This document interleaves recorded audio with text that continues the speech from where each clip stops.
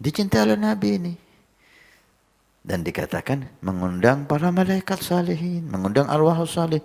Apa hubungannya ini sama syirik? Ya Habibi ya Muhammad. Datangnya dari Ahina Hasbi Alvan di Banyuwangi.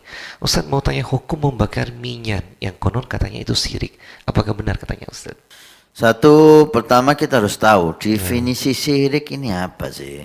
Itulah. Sehingga kita tahu apapun yang membuat seseorang itu masuk dalam syirik.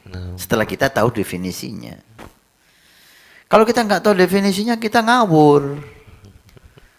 Makanya kita dan ahlu bid'ah, seperti kata Habib Ali Al-Jufri, kita perlu sepakat dulu definisi syirik itu apa. Gitu lah. Definisi bid'ah itu apa. Sehingga nanti kita bisa sependapat apa perbuatan yang masuk ke syirik. Karena definisinya sudah jelas. Syirik itu menyekutukan Allah. Artinya kita meyakini ada sesuatu selain Allah yang bisa berbuat, bisa melakukan sesuatu, bisa menyembuhkan penyakit, bisa memberi rezeki, bisa mematikan atau menghidupkan atau apapun. Kalau ada keyakinan kita kepada itu, baik itu benda atau keyakinan kita kepada manusia atau kepada jin atau malaikat atau syaitan, baik manusia itu hidup maupun manusia itu sudah mati. Kalau ada keyakinan kita ada dari mereka itu bisa memberi kepada kita manfaat selain izin Allah atau memberikan kepada kita madarat selain izin Allah, ini namanya syirik. Ini namanya syirik. Udah sepakat kita. Tapi kalau tidak ada keyakinan itu, yang hanya memberi manfaat hanya Allah, yang memberi madarat hanya Allah, siapapun tidak ada yang bisa kecuali izin Allah, maka tidak ada syirik. Kembali ke pertanyaan menyan. Apa hubungan menyan sama syirik? Apa hubungan menyan sama syirik? Ini saya nih. Hebat di setting. Ayo. Bismillahirrahmanirrahim. Saya bakar nih.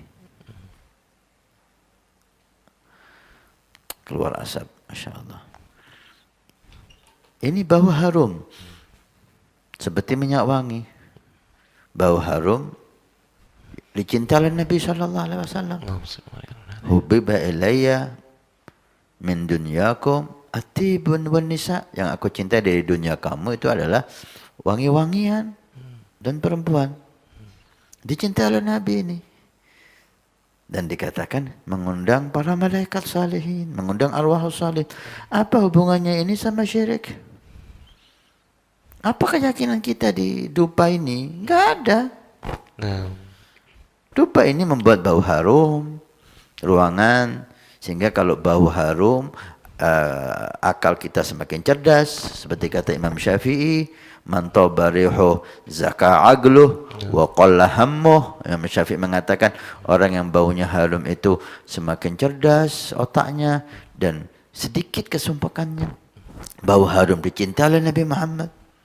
Apa hubungannya ini sama syirik ya ikhwan? Enggak ada hubungannya. Makanya kita harus belajar definisi ini apa, definisi ini apa, definisi ini apa. Kalau saya meyakini dengan saya bakar dupa ini maka saya akan mendapatkan uang, dupa ini yang ngasih saya uang, baru itu syirik. Dan hanya orang gila yang meyakini itu. Gak ada orang Muslim yang meyakini itu. Jangan dipaksa-paksakanlah sesuatu yang enggak ada masalah dipaksakan dihubung-hubungkan dengan syirik dan seterusnya. Baik.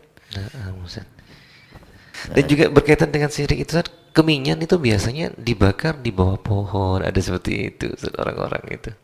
Makanya kita perlu tanya ketika orang baca kemenyan, ini keyakinannya apa? Gitu lah. Kalau dia kemenyan dibakar di bawah pohon, tayyib kita katakan syirik, enggak bisa dong. Kita perlu tanya dulu. Apa tujuan membaca kemenyan di bawah pohon ini? Loh kalau dia duduk di bawah pohon baca kemenyan untuk dirinya, apa hubungannya sama syirik? Tapi kalau dia bakar kemenyan di bawah pohon sebagai bentuk pengabdian dia, penghambaan dia kepada jin atau setan yang menjaga pohon itu, ini syirik. Enggak harus kemenyan. Enggak harus dia bakar kemenyan. Dia duduk aja di pohon itu meyakini bahwa penjaga pohon itu jin yang bisa memberi dia rezeki. Ini syirik. Bakar kemenyan atau enggak bakar kemenyan, enggak ada hubungannya. Sama-sama syirik. Itulah. Makanya keyakinan ada selain Allah yang memberikan manfaat atau memberikan madarat, itu syirik. Enggak ada hubungan sama kemenyan. Ada kemenyan, enggak ada kemenyan, tetap itu syirik.